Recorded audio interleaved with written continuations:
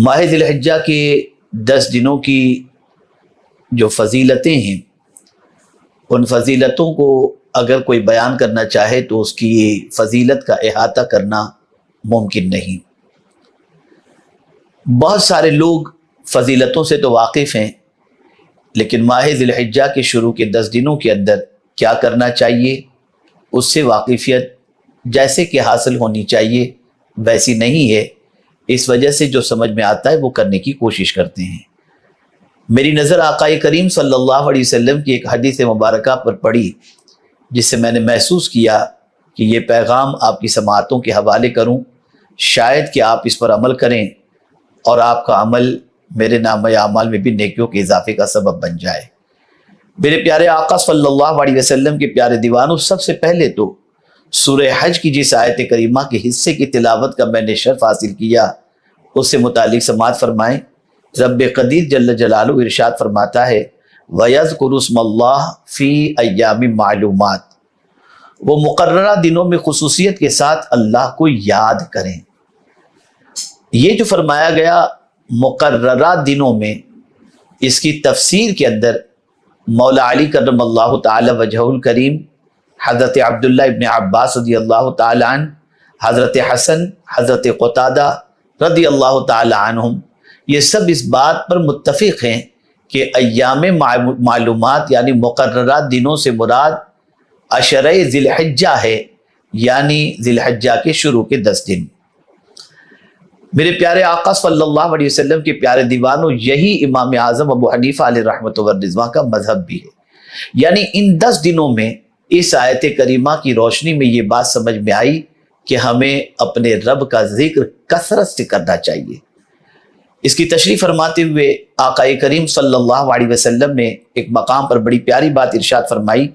رسول اعظم صلی اللہ علیہ وسلم نے ان ایام میں ذکر اللہ کے بارے میں فرمایا ما من ایام اعظم عند اللہ ولا احب الیہ من العمل فیہن من هذه الایام العشر فاکثروا فیہن من التہلیل والتکبیر والتحمید۔ ذی الحجہ کے ابتدائی 10 دنوں کی قدر و منزلت سے بڑا کوئی اور دن نہیں ہو سکتا ہے، اور نہ ہی ان ایام میں کی ہوئی نیکی سے بڑھ کر اللہ تعالیٰ کو اور کوئی عمل پسند ہے۔ لہذا ان ایام میں لا الہ الا اللہ، اللہ اکبر اور الحمدللہ کی کثرت کرو۔ ان ایام میں اللہ تعالیٰ کی فرما برداری، اس کے ذکر، روزوں اور صدقات و خیرات کی کثرت کرے۔ میرے پیارے آقا صلی اللہ تعالی علیہ وسلم کے پیارے دیوانوں، رسول رحمت صلی اللہ علیہ وسلم نے ان 3 چیزوں کے ذکر کے بارے میں فرمایا، کلمہ طیبہ کے ذکر کے بارے میں، اور اسی کے ساتھ ساتھ رب قدیر جل جلالہ کی بڑائی بیان کرنے کے سلسلے میں، تکبیر کے سلسلے میں، اور اسی کے ساتھ ساتھ اللہ عز و جل کی تحمید یعنی الحمدللہ کے حوالے سے۔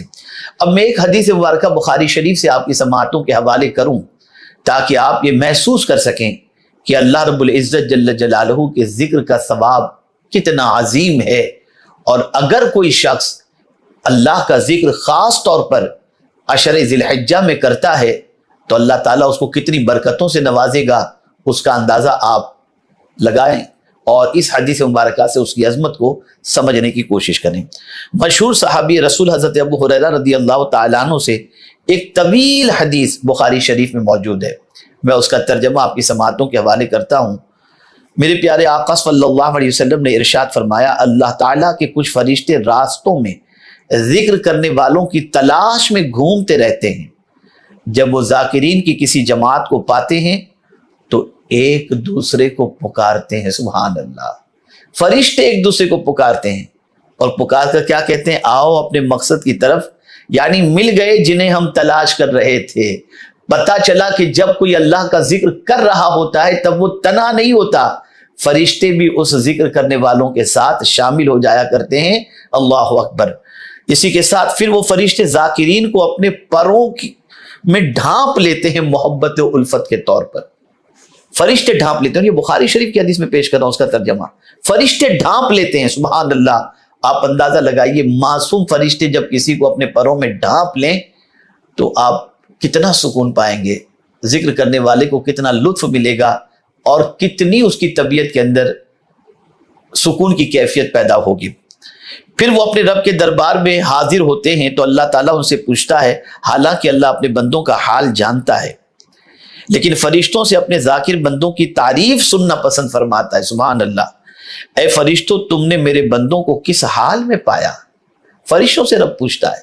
ये फरिश्ते जब मौला की बारगाह में हाजिर होते हैं, जिक्र करने वालों की महफिल से पलटते हैं, तो रब उन फरिश्तों से पूछता है, हालांकि मेरा मौला सब जानता है, लेकिन फरिश्तों से पूछने की वजह यह है ताकि जिक्र करने वालों की जबान से जो जिक्र अल्लाह का किया जा रहा है उस जिक्र के हवाले से भी सुने और जाकिरीन की अजमत भी फरिश्तों के सामने वाज़े हो जाए। तो फरिश्ते जाकिर बंदों की तारीफ करते हैं और कहते हैं कि मेरे मौला, हम ऐसी महफिल से होकर के आ रहे हैं जिस महफिल के अंदर तेरे बंदे युसब्बिहूनक व युकब्बिरूनक व यहमदूनक व युमज्जिदूनक।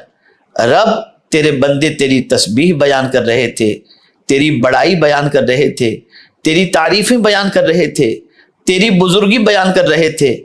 अल्लाह तबारक व तआला फरमाता है, हल राउनी, क्या उन्होंने मुझे देखा है? फरिश्ते अर्ज करते हैं, मा राउ का, नहीं मौला उन्होंने तुझे नहीं देखा। अल्लाह ताला फरमाता है, कैफ लौ राउनी, अगर वो मुझे देख लेते तो उनका क्या हाल होता? फरिश्ते अर्ज करते, अगर वो तुझे देख लेते तो वो और ज्यादा तेरी इबादत करते, और ज्यादा बुजुर्गी बयान करते, और ज्यादा तस्बीह बयान करते।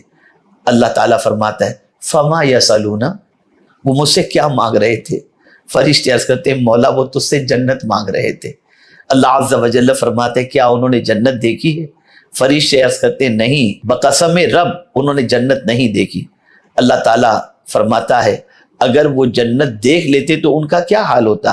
फरिश्ते कहते हैं, अगर वो जन्नत देख लेते तो वो उसकी बहुत हिर्स करते, उसके बहुत तलबगार हो जाते और उसकी तरफ उनकी रग़बत और ज्यादा हो जाती।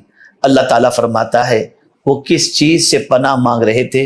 फरिश्ते अर्ज करते हैं, मिनन नार, जहन्नम की आग से। अल्लाह ताला फरमाता है, क्या उन्होंने जहन्नम को देखा है? फरिश्ते अर्ज गुजार होते हैं, नहीं वल्लाह उन्होंने उसे नहीं देखा। अल्लाह जल्ल शानो फरमाता है, अगर वो उसे देख लेते तो उनका क्या हाल होता? फरिश्ते कहते हैं, अगर वो उसे देख लेते तो वो उससे मजीद भागते और ज्यादा डरते। फिर अल्लाह ताला फरमाता है, फाशहिदुकुम अन्नी गफरतु लहुम, ऐ फरिश्तों मैं तुम्हें गवाह बनाता हूं कि मैंने उन सब को बख्श दिया। फरिश्ते कहते हैं, अल्लाह, उनमें एक शख्स था जो जिक्र नहीं कर रहा था बल्कि अपनी किसी जरूरत के लिए उनके पास आया था। अल्लाह ताला फरमाता है, ला यशका जलीसुहुम, उनके पास बैठने वाला भी महरूम नहीं रहता। अल्लाह अकबर। ए रसूल आजम सल्लल्लाहु ताला अलैहि वसल्लम के दीवानों, ये है अल्लाह के जिक्र का फायदा। और रसूल रहमत सल्लल्लाहु अलैहि वसल्लम ने इरशाद फरमाया कि अशरे ज़िलहज्जा में इसकी कसरत करो, और इन दिनों की इबादत, इन दिनों की रियाजत से बढ़कर अल्लाह के नजदीक कोई भी दिन की नेकियां इतनी अफजल व आला नहीं है।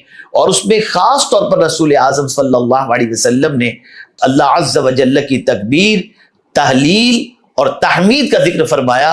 अब ये तहलील क्या है, तकबीर क्या है और तहमीद क्या है, इसे समझ लें। वुजू बेवुजू आपसे गुजारिश है, अशरे ज़िलहिज्जा के अंदर ला इलाहा इल्लल्लाह मुहम्मदुर रसूलुल्लाह सल्लल्लाहु ताला अलैहि वसल्लम, और गली कूचों में निकले तो अल्लाहु अकबर, अल्लाहु अकबर, अल्लाहु अकबर, ये पढ़ते रहें। और अल्हम्दुलिल्लाह, अल्हम्दुलिल्लाह, अल्हम्दुलिल्लाह, ये पढ़ते रहें।